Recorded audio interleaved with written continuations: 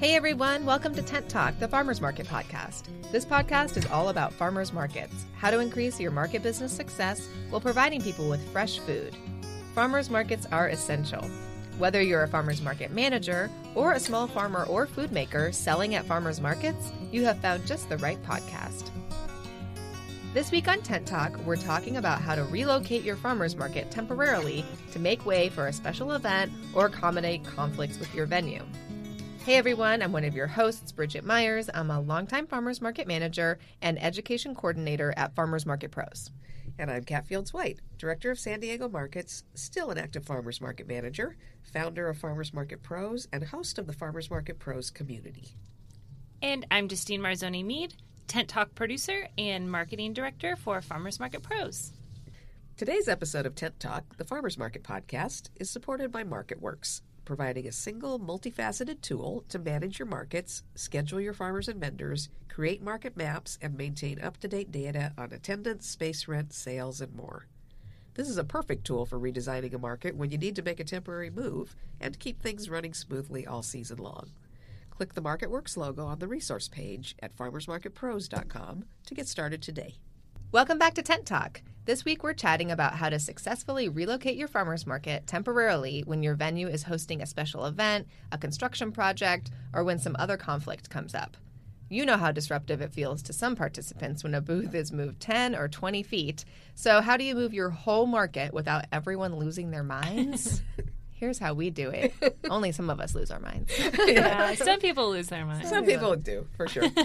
But we have found, through experience, some strategies to help ease into the move. That's right. Mm-hmm. Yeah. Actually, our group has got, I feel like for this one event that we're going to talk about that happened earlier this year, just a couple of months ago, I feel like our group has kind of gotten in the flow of that. I feel like the folks that really just can't handle it have opted out. They just don't come that day. There's a crew of people that are like, maybe they tried a couple times, it kind of blew their minds, and now they just know to sit it out. But the people that do participate, for the most part, they kind of seem to go with the flow. Yeah. It seems like an extra smooth day because everyone's kind of on their game a little bit more because they know it's going to be shifted, like their spot will be shifted. And I think that we've trained them to know that, like, we are going to map it out correctly. Like, you're going to be in a great spot. Like, it's all going to flow. We have marketed it. Like, your customers will find you and all that good stuff. So I think kind of building up that trust. But if you're just moving your market for the first time and it's new to you and new to your vendors, it can be a little chaotic. Yeah. So for context, every spring there's a huge event in the same neighborhood as our weekly Saturday market. And we have to relocate a couple blocks away to accommodate this gigantic arts festival that takes over the Little Italy neighborhood. So instead of a continuous 6-block market, we have 4 blocks split across 2 parallel streets. Yeah, 2 blocks on each of 2 parallel streets, neither of which is our usual street. Yeah. So everybody moves. Yep, just a street and 2 streets over from our usual street. Yeah. And our footprint is much smaller, so we can't have all of our vendors, which creates another layer of decisions and planning that has to go into it. So. Yeah, luckily we usually get about the number of vendors that we can't accommodate that they just opt out. We seem to now, So that's kind of our starting point and a good way to start if you're dealing with a change to a different area that's not as large as your usual area. If it's larger, that's a whole different thing. You could put in some subs. But with us, since we lose a third of our spaces, what we typically do first is, and it's careful how you put this. So you don't want to ask your vendors, do you want to take off that day, or do you want to do the market on such and such a date? You don't want to do that. You don't want to plant the idea that maybe they should skip it because you still want to have a vital event. Yeah, you want to have that critical mass. But we do initially ask vendors to let us know early if for any reason they'll miss the market that day. Yeah. Because there's so that's a change. how you phrase it. Yeah, so there's a change in venue. We're going to have slightly less spaces. If there's any reason you're going to miss, let us know now so that we know how to manage that. And that seems to work pretty well. It took us a few years to get that verbiage down so that, we weren't freaking people out too much. But that's where we start. And for a while it was we would go through categories. And so the farmers obviously got first shot at being there, and then the grocery products, and then prepared food. We would, if we had spaces left, we'd host them, and then crafters we didn't used to host because we're moving because it's an arts festival. So we didn't host arts and crafts during Art Walk. And then things have sort of shifted over the years. Art Walk doesn't seem to care if we keep our regular arts and crafts people there. Some of the farmers don't want to be there, especially the ones that have things like meat, because a lot of people come that day and then go to the Art Walk and they don't want to carry around heavy those products really that should be cold refrigerated items. and things. So over the years, actually, we've gotten to where just about the same number of people opt out as we have lost spaces. And so it just all so it's works a perfect out. fit. Yeah. So how, I forget, it's been a few years since we did Art Walk a couple times. When you were a hot sauce vendor. When we were a vendor. But how far in advance do you ask the vendors? So we usually ask about 6 weeks in advance. Okay. Sometimes 2 months. We don't go much more than that. We do it about 6 weeks in advance. This is the tricky thing, too. You know, life's a blur when you're a vendor and a farmer and a manager for that matter. Mm-hmm. And so if we say, hey, we're moving or the hours are going to be different or whatever on April 6th, but we say that to them on February 14th, they assume that on February 21st things are changing. So nobody seems to quite line up the calendar in their mind. They just think we're telling them something that's going to happen next week. Yeah. No matter what we're talking about. Right. They don't. I don't know why. I don't know why either. Yeah. It happens with the shoppers. It happens with the vendors. So. So same thing with the shoppers. Time it out. Yeah, we don't give the shoppers that much notice because if we say things are changing 6 weeks from now, they go, oh, next week the market's gone. I'm ready. Where is it? They show up on the wrong street. So we usually go about 6 weeks in advance. Okay. About 5 or 10% of people give us notice at that point. And then we remind them again 2 weeks later. And then as we get closer, then we get down to the kind of emails that say, if you don't tell us right now that you're missing that day, you're in, or at the very least, you're responsible for your fee. So if they don't opt out, it's assumed they're participating. Right. Yes. Exactly. Mm-hmm. Okay. Which has just worked better for us because if we wait for everybody to give us a yes, we're just going to be waiting forever because there's some people that just don't respond to those kind of things. Yeah. But they come every week no matter what. Right. I mean, like our hummus guy, he's not going to miss a week no matter. We could be on a barge in the middle of the bay and that's where the market is that day. He'll show up. He'll be there. Yeah. And as it gets closer, we get, maybe 2 weeks out and there's people that we suspect meant to opt out but who just aren't keeping up with emails. Yeah. We do what we call clipboarding the market, which means we print out a list of all the vendors. We highlight the ones that have already let us know one way or the other, and then we walk through the market. It's a very large market, and actually ask each person who's there to verify if we haven't gotten an answer from them yet. Mm-hmm. If they've emailed, we assume that we've got good information, but if we haven't heard from them, we'll walk it and try to get answers. Now, that works with maybe 3/4 of the people, but you have people in booths that aren't the business owners. Yeah. So they don't always have the answer either. But it's good to talk to them because if their boss said, yes, we'll be there, we go, hey, you're a staffer. Did you know that your boss said you guys are going to be here in 6 weeks and we're going to be over a couple streets? And they go, no one told us that. So, you got to connect all those dots when you're doing this. Yeah. For sure. Yeah. So that's how that works. Yeah. All righty. So getting vendor participation is vital because if you don't have enough people to participate in the market, then it's going to, not work. Obviously, you guys have been doing Art Walk for a while, so you know the footprint, but how do you figure that out? You just walk it with your wheel and measure it, and it just feels like a new market. I always just treat it as a new market space because all the streets are different. So unless you're working in a street that's the exact same measurement as the street that your usual market's on, you just get out there with your wheel. Like the streets that we moved to, they are wider streets, so we have a little more wiggle room to play with. Some, we can put the farmers on certain streets with the trucks behind their booth and still allow for the fire lane. We have to loop different driveways. An Art Walk, for instance, we've done Art Walk for many years by moving the market. We used to just everyone got the day off and we do a little booth advertising the market at the event. We did maybe a 40-foot kind of thing where we would try to have essentials we always had berries, try to get eggs there and berries because that's something people will buy and carry around and things that people had to have every week. Yeah, so we just did it was sort of a promotional booth, but we shared the space and everyone sold got the day a few off. Things. Yeah, so then we moved it. I want to say 5 years ago. They let us start moving it, or we kind of collaborated on that idea.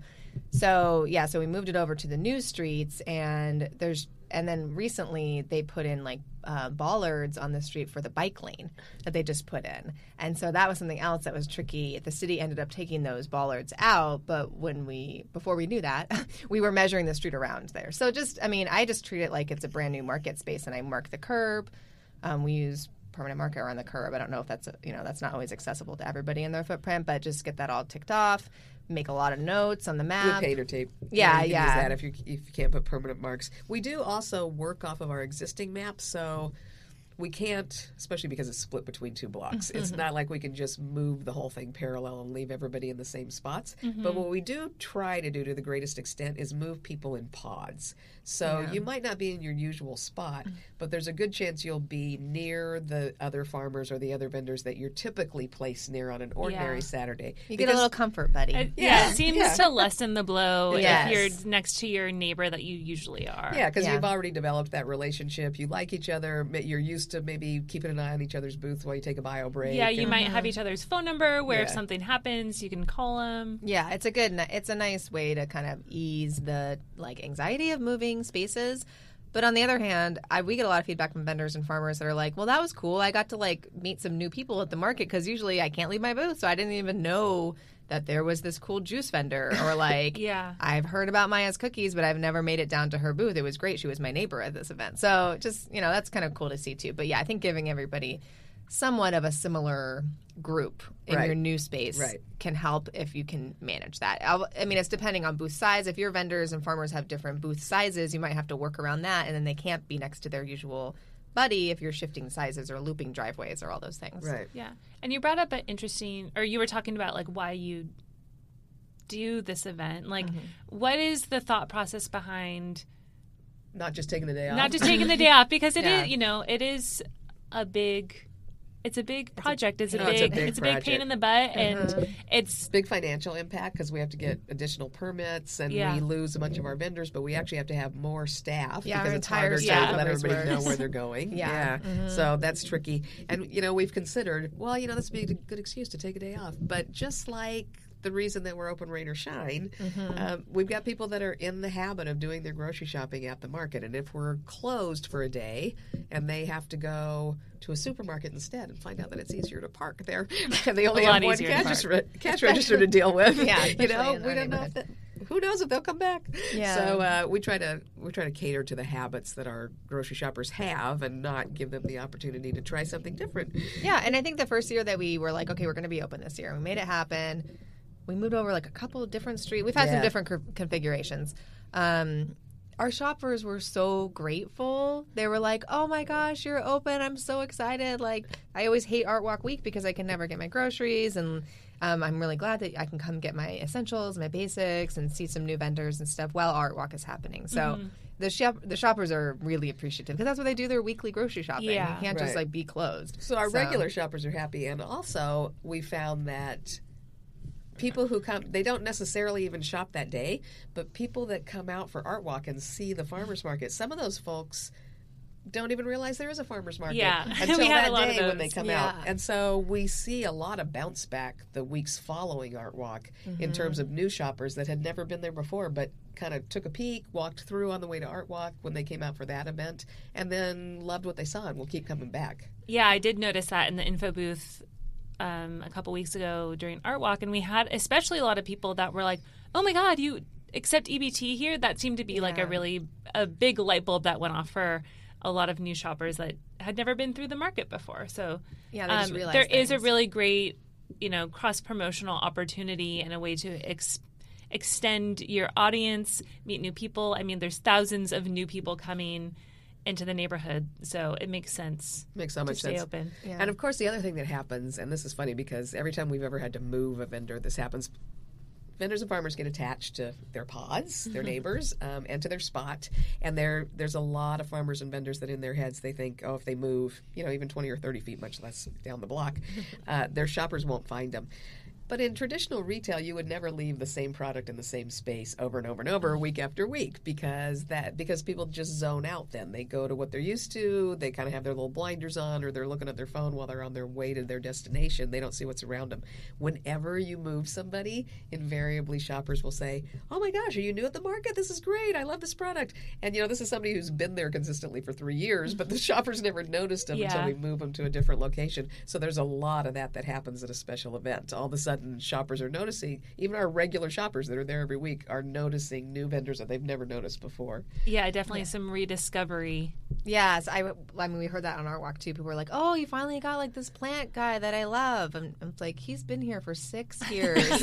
And it's like, they just saw him. It's our regular shoppers that come every week, but apparently they don't go to his side of his block that he's on. They must just do the regular shopping in other way. I don't know. I mean, I get it because when I go to market, sometimes I'm like, I just zone in on the places that I'm going, but it's always good to shuffle it up because you just get that extra exposure. Yeah. So it makes the pain and suffering of moving a market worth it because it really does. It's a really great ROI of you're investing your time and energy moving it, but the bounce back that we get from people is just so great. I feel like it's a great promotional tool for us, for the market as a whole, and then also individual members of the market that get extra publicity. So speaking of regulars, in order for them to be happy and shopping at the market on that special day, there is a lot that goes into communicating with the shoppers and letting people know okay, on this day we're going to be in a new spot. And I feel like I've worked on the operations side of it 2 times now, but no matter how much we tell them, there inevitably is somebody that is a little miffed that the market has moved for one day. So absolutely. It's so funny. It's so hard to figure out where to reach some folks because we do, in our organization, Justine's so amazing on social. So we have a really strong social presence. We do every week, in fact, twice a week in that neighborhood because we have 2 markets there, email newsletters. We actually usually get some TV coverage and things when we're moving a market or doing something different in a market. And still, there are a lot of people that will come out and say, I didn't hear anything about this. And I just wonder, where do you get your information? where can we find How can I reach to get you the message? You want me to knock on your door every time there's new news about the market? But so we give them as much of a heads up as we can, not too far in advance so that they don't get confused about which day it is. We try to tag on to, marketing material for Art Walk. Art Walk does a great job. I mean, some events that will come into your market neighborhood and make it so you have to move, they might not really include you in that because they're focused on their event. So understandably that happens. Sometimes you can get some cooperation. Yeah, it's nice to be like, hey, let's talk about this. But maybe they have too many things to talk about. Art Walk does a really great job. We're on their map. We're on their festival map with our logo, and they point out where we are, even though we're kind of shoved off in the corner. But it's great because then we're on all the marketing material for Art Walk, and they do a great job of pushing that out really heavily. So partnering with the event that's taking over is really helpful to do. And then day of, we always have 2 of our staffers, at least, standing on our usual market street. And it's our friendliest staffers who don't mind kind of eavesdropping on people's conversations as they walk around. Checking their face to see if they look confused or lost. If you hear someone say market, you run over and you say, hi, I don't mean to interrupt, but I heard you said market. Are you looking for the market? So, looking for people that are carrying shopping bags, food shopping bags. People that look hungry. People that look hungry. People that look lost and sad. And then just saying, oh, today the market's over here and pointing them in the right direction. And that has been extremely helpful because we're saying, no matter how much you kind of get it out there, people still won't realize it or they'll forget. And then you don't want to irritate your shoppers. Really, that's the whole point, right? So, and then using our sites like Google My Business, I always post a little update on there, hey, we are going to be open during Art Walk. This is where you can find us.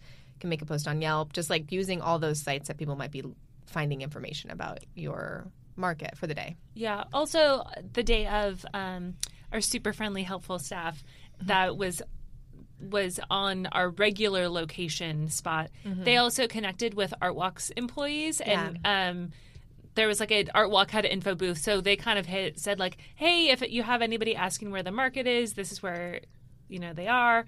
This is where our shoppers can find us. And then also we made sure that our staff in our info booth had some information about Art Walk. So if people asked us questions, we could tell them where to find stuff too. Yeah, so kind of trade it. We actually also would walk the Art Walk site on the street that we're usually on and talk to the artists that were set up on that street and say, hey, if you get people wondering where the market is, this is where it is, and kind of make friends with them and maybe give them a market buck or two so that they could wander over and find the market and be able to talk about it. Yeah, just kind of information sharing as much as possible because people get real confused when that happens. Yeah. That's weird. Yeah.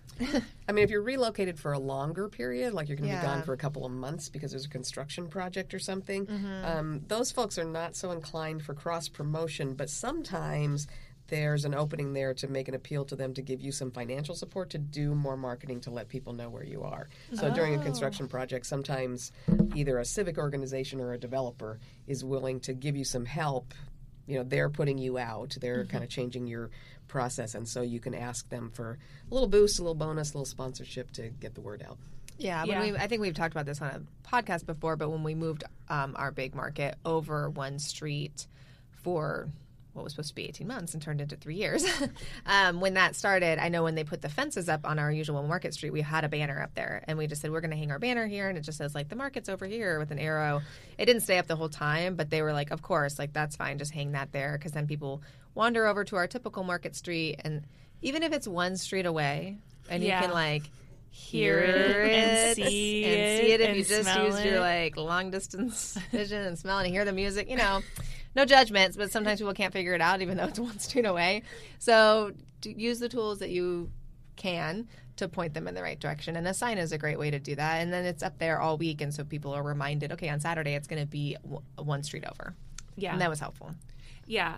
And so if you are going to have to temporarily move your market for like an annual event, or maybe it's, you know, once or twice a year, what's nice about it is like your market manager, you do the stuff every single week. And if it's just temporary or for 1 week, at least you have that like time to reflect on like what worked, what didn't work, what you need to change for next year.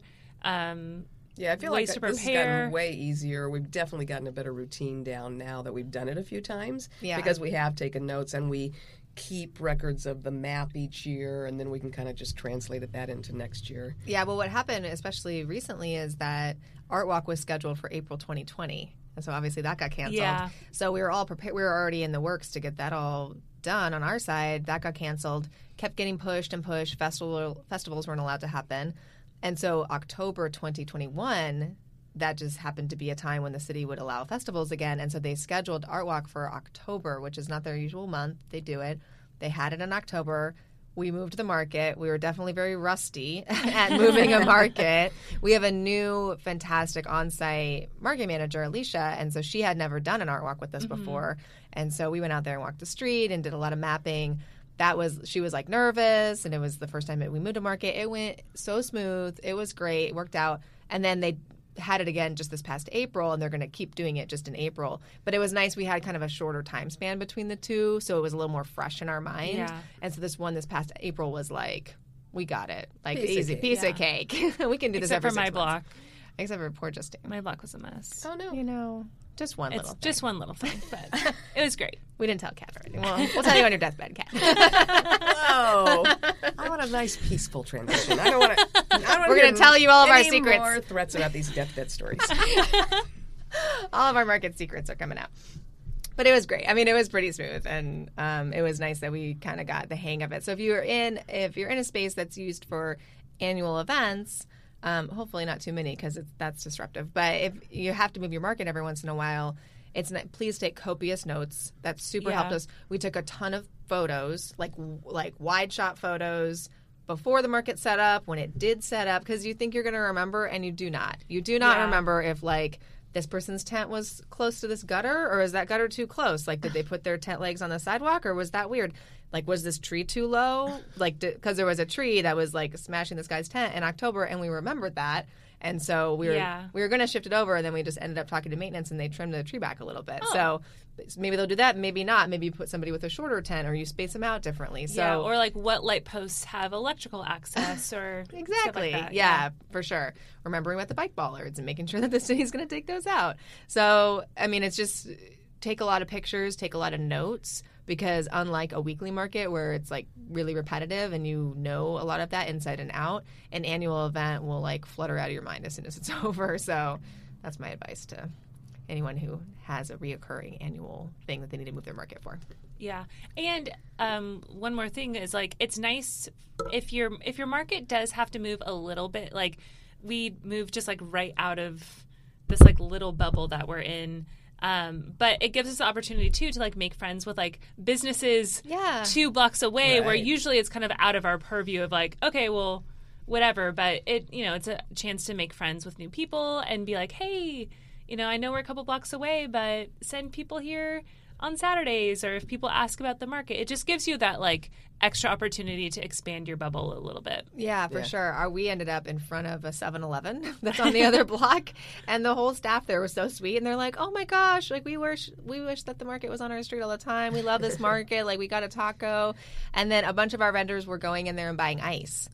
And so the woman there was like, tell your vendors, like, come buy ice on Saturday. Like, we're just a couple blocks over. Like, they can come over here anytime we have it. So just like emergency ice, So it was nice to like make new neighbor friends. And if you're not that far away, then they can be your year-round friends, even though you're not on their street. There you go. Yeah. Sometimes you'll move on a street and the people don't want you there. So, and they can say, it was only for one day. It's not a challenge, it's an opportunity. Yeah. All in all, keep in mind, it's just temporary. And if it's an annual event, make detailed notes so you can do better the following year. And won't it be fun to be back to normal next week? That's right. Thanks for listening today, and big thanks to MarketWurks for helping farmers market managers by putting all of the tools to succeed in one place, and for supporting Tent Talk, the Farmers Market podcast. Find more information and sign up by clicking the MarketWurks logo on the resource page at farmersmarketpros.com. Farmers markets are all about connection, and all of us, operators, farmers, and vendors, keep learning. Connect with people just like you from various parts of the country and share what's happening in your area in the terrific conversations over in our private Facebook group, the Farmers Market Pros Community. If you're actively involved in a farmers market, please find us there, answer the 3 qualifying questions, and join the group. You can also message us on Instagram at Farmers Market Pros or email us at connect@farmersmarketpros.com. If you're looking for further education, check out our online course offerings at farmersmarketpros.com. Thanks for listening to Tent Talk. Please leave us a review on iTunes, Stitcher, Spotify, YouTube, or wherever you access your podcasts, and tell us and others how you're enjoying Tent Talk. And be sure to subscribe to our podcast so you don't miss the next episode. Tent Talk, the Farmers Market podcast, is proudly produced by Farmers Market Pros, where passion meets profit. Today's episode was recorded and edited by Justine Marzoni-Mead. Original music by David Mead. Thank you so much for listening today, and we'll have another great episode next week, so tune in.